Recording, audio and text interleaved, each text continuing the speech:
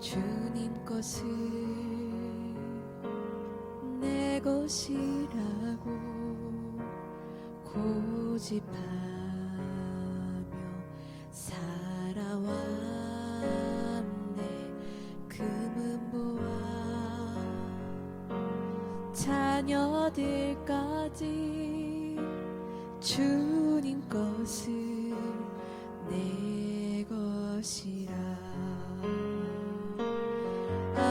아버지여, 철없는 종을 용서하여 주옵소서. 맡긴 사명, 맡긴 재물을 주를 위해 쓰렵니다. 전하니 모 내 것이라고 주의 이름 멀리 엠내 주신 이도 주님이시여 쓰실 이도 주님이라. 아버지여, 불충한 종을 용서하여 주옵소서. 세상 유혹 다 멀리하고 주의 일만 하렵니다. 주님 사랑 받기만 하고 감사할 줄 몰랐었네. 주님 말씀 듣기만 하고 실행하지 못했었네. 아버지여, 연약한 종을 용서하여 주옵소서. 주님 명령 순종하면서 주를 위해 살렵니다. 아버지여, 연약한 종을 용서하여 주옵소서. 주님 명령 순종하면서 주를 위해 살렵니다. 주를 위해 살렵니다.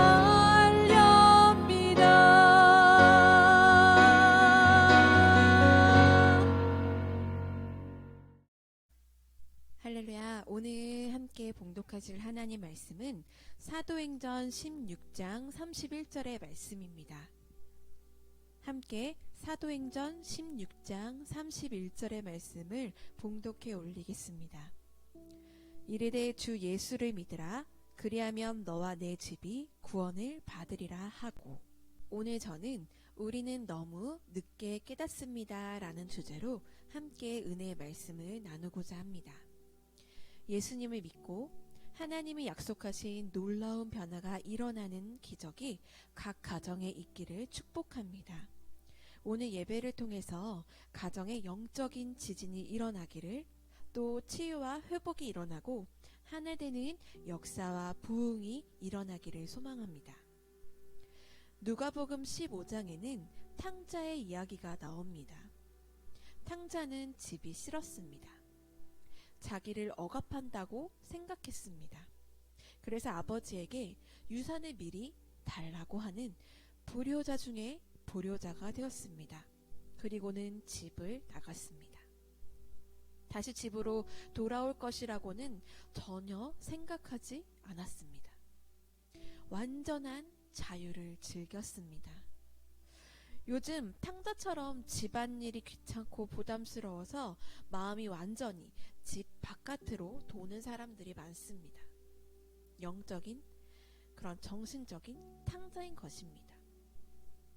그러다가 재산을 다 잃고 주위 사람들이 모두 떠나고 심지어 굶어 죽을 지경까지 되자 탕자는 그때서야 집을 생각합니다. 그리고는 집으로 돌아왔습니다.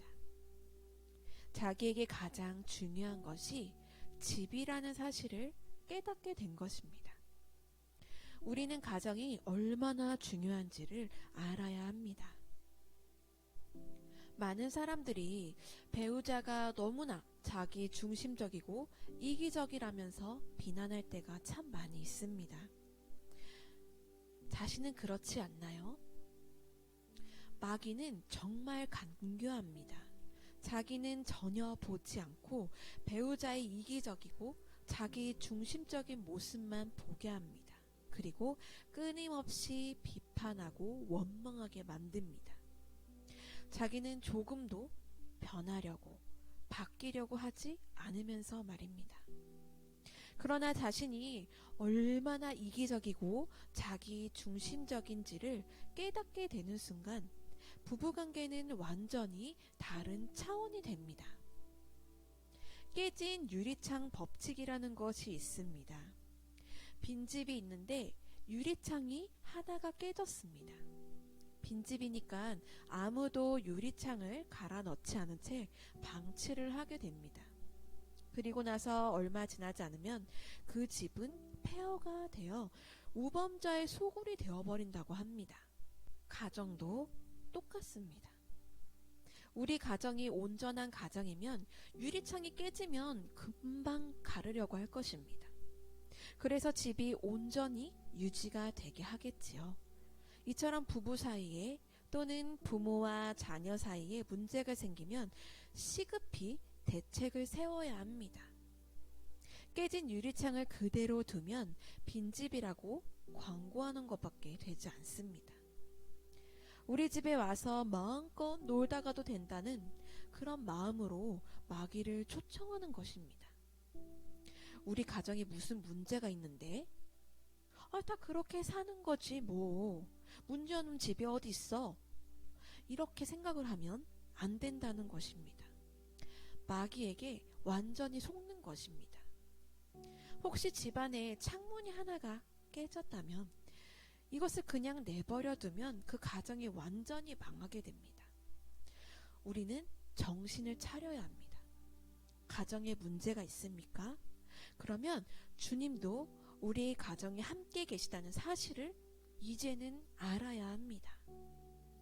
예수님은 우리 집을 구원해 주시겠다고 말씀하셨습니다.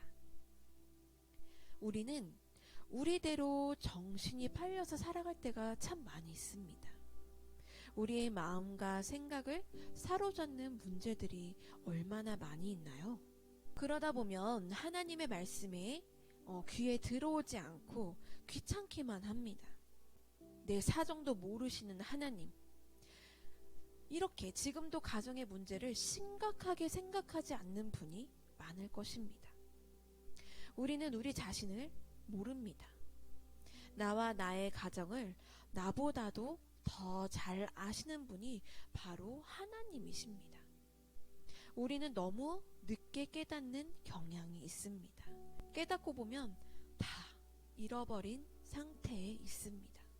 우리가 그렇게 사시는 모습을 보시는 아버지 하나님은 얼마나 마음이 아프실까요? 우리는 하나님의 터질 것 같은 애통한 마음을 알아야 합니다. 지금 우리 가정의 모습이 하나님의 계획이 아니기 때문입니다. 하나님이 이렇게 살라고 우리를 구원해 주신 것이 아니기 때문입니다. 어떤 분은 전도사님, 저희 집은 모두 구원을 받았습니다 라고 말씀하실지 모르겠습니다. 그 말은 가족이 모두 교회에 등록이 되고 침례를 받고 주일 예배에 모두 출석하고 있다는 뜨실 경우가 있습니다. 그것은 정말 놀라운 일이고 축하드릴 일입니다. 그러나 성경이 말하는 구원은 단순히 교인이 되었다는 뜻이 아닙니다.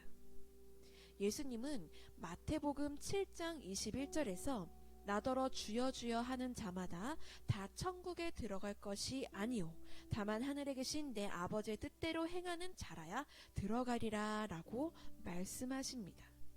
그리고 22절, 23절에는 예수님의 이름으로 큰 능력을 행하고 예언을 하고 귀신을 내쫓는 권세를 행한 사람도 예수님 앞에 섰을 때에 내가 너를 도무지 알지 못하니 불법을 행하는 자들아 내게서 떠나가라 라는 말을 들을 것이라고 말씀하고 계십니다.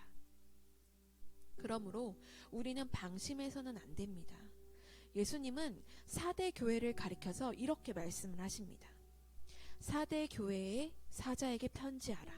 하나님의 7 영과 7 별을 가지신 이가 이르시되 내가 내 행위를 아노니 내가 살았다는 이름을 가졌으나 죽은 자로다. 너는 일깨어 그 남은 바 죽게 된 것을 굳건하게 하라. 내 하나님 앞에 내 행위에 온전한 것을 찾지 못하였노니. 4대 교회는 예수님이 보시기에는 죽은 교회였습니다. 그런데 참 놀랍게도 주변에 있는 많은 사람은 살았다는 이름을 붙여주었습니다. 우리 가정도 다른 사람의 눈에 구원받은 가정으로 보일 수 있습니다. 그러나 주님이 보실 때는 다를 수 있습니다. 어떤 가정이 정말 구원받은 가정일까요? 온 가족이 예수님을 분명하게 바라볼 때 구원받은 가정이라고 할 수 있습니다. 혹시 가족이 싫거나 만나기가 불편하십니까? 또는 귀찮게 여기실 때가 많이 있습니까? 심각한 문제가 생긴 것입니다. 예수님을 바라보고 있지 않기 때문입니다.